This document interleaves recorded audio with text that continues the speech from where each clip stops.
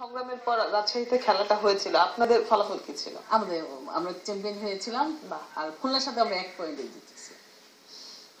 এই যে চ্যাম্পিয়ন হলেন বা এই যে একের পর এক খেলাতে সাফল্য আসছে এবং লেখাপড়াটা একটু অন্যদিকে চলে যাচ্ছে, ফ্যামিলি থেকে কোনো প্রেশার আসতো না? ফ্যামিলিতে প্রেশার, অনেক প্রেশার ছিল, খেলাধুলা বন্ধ করে দিতে চেয়েছিল।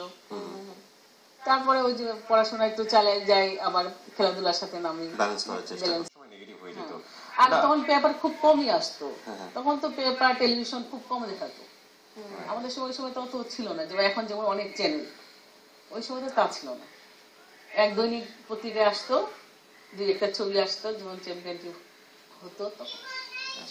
আমরা তো জানি যে জাতীয় পর্যায়ে খেলায় অনেক ধরনের ক্যাম্পেইন হয়, তো আপনিও নিশ্চয়ই সব ক্যাম্পেইনে অনেক অংশগ্রহণ করেছেন। আমি অনেক ক্যাম্পেইন করেছি, ভলিবলে করেছি। যেগুলো উল্লেখযোগ্য ম্যাচ রয়েছে সেগুলো সম্পর্কে একটু জানতে চাই।